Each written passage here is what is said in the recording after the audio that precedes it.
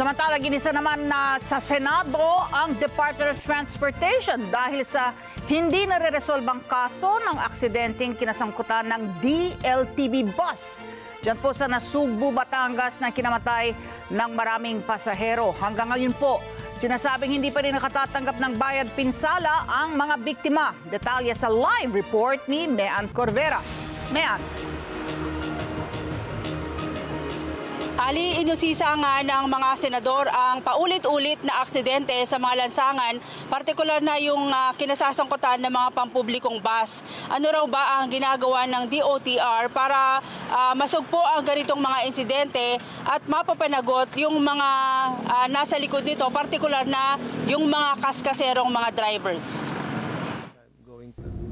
Nakastigo ang mga opisyal ng Department of Transportation sa pagdinig ng Senado dahil sa hindi pa rin nare-resolbang mga kaso ng aksidente na kinasasangkutan ng mga pampasaherong bus na ikinamatay na ng maraming pasahero at sumisira sa maraming ari-arian. Sa pagdinig ng Senate Committee on Public Services sa panukalang Philippine Transportation Security Act na isinulong ni Senador J.V. Ercito, isa sa tinukoy ni Tulfo ang ginawang pag-araro ng isang bus ng DLTV sa isang tindahan sa Nasugbu, Batangas nito lamang Disyembre ng nakaraang taon, pero hanggang ngayon hindi pa rin binabayaran ang mga biktima. Ayon sa senador, kung pagbabatayan ang mga investigasyon ng mga otoridad, ang dahilan ng aksidente, mechanical error o kaya'y nawala ng preno.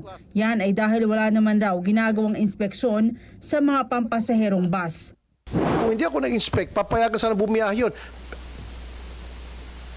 Sen. Mark, pudpud yung dalawang gulong, mostly pa yung goma, at meron pang pako. Yan ba in-inspect? Tapos overloaded pa, meron pang nilagay pa talagang kahoy, kasi pupunuin yung upuan, tapos yung iba lalagyan pa ng kahoy para added passenger. Sana diba? Yan bang may inspection? Just imagine, punong-puno yan at medyo yung brake mahina na, disgrasya yan. Yan yung dahilan. Sabi ng LTFRB, wala raw kasing maayos na maintenance sa mga bus companies dahilan kaya madalas silang naaksidente. Siguro po, Your Honor, yung maintenance po, kahit po na yearly po may annual registration po ang ating mga public utility vehicles at kaukulan po doon ay mayroon pong inspection po na ginagawa po ng roadworthiness ng LTO, nagkakaroon pa rin po. So, nang tanungin ng senador kung may ginagawa nga bang inspeksyon ang LTFRB sa mga bumabiyahing bus, sagot ng ahensya, wala, na ikinagalit ng senador. Kayo ba gumagawa ng inspection sa mga motor pool na ito to make sure na lahat ng mga mekaniko doon ay certified mechanics? Hindi po, Your Honor. Doon nagka-problema. Ayan na, sinagot mo na yung problema. Kasi nga, yung mga mekaniko sa mga motor pool na hinahire nito mga bus company, hindi talaga mga mekaniko, mga standby lang yan na medyo may alam ng konting pagkumpuni-kumpuni, manginginom, binigyan ng trabaho, mekaniko ka na. Hindi nila alam kung paano mag-maintain ng mga buses. Inatasan na ni Tulfo ang LTFRB na suriin ang mga empleyado sa motor pool ng mga bus companies at sibakin ang mga hindi otorisadong mekaniko dahil sa kanila nakasalalay ang kaligtasan ng mga pasahero. Nilinaw naman ng LTFRB na mula pa noong 2017, naglabas na sila ng kautusan na dapat brand new ang bus na hihingan ng prangkisa. Hindi na iisuhan ng prangkisa ang mga second hand o mga bus na nag-ooperate na ng lagpas ng 15 taon o obligahin naman ang mga pampaserong bus kasama na ang mga truck na magkabit ng speed limiter. Batay ito sa direktiba ng kalihim ng DOTR para matiyak ang roadworthiness ng mga sasakyan.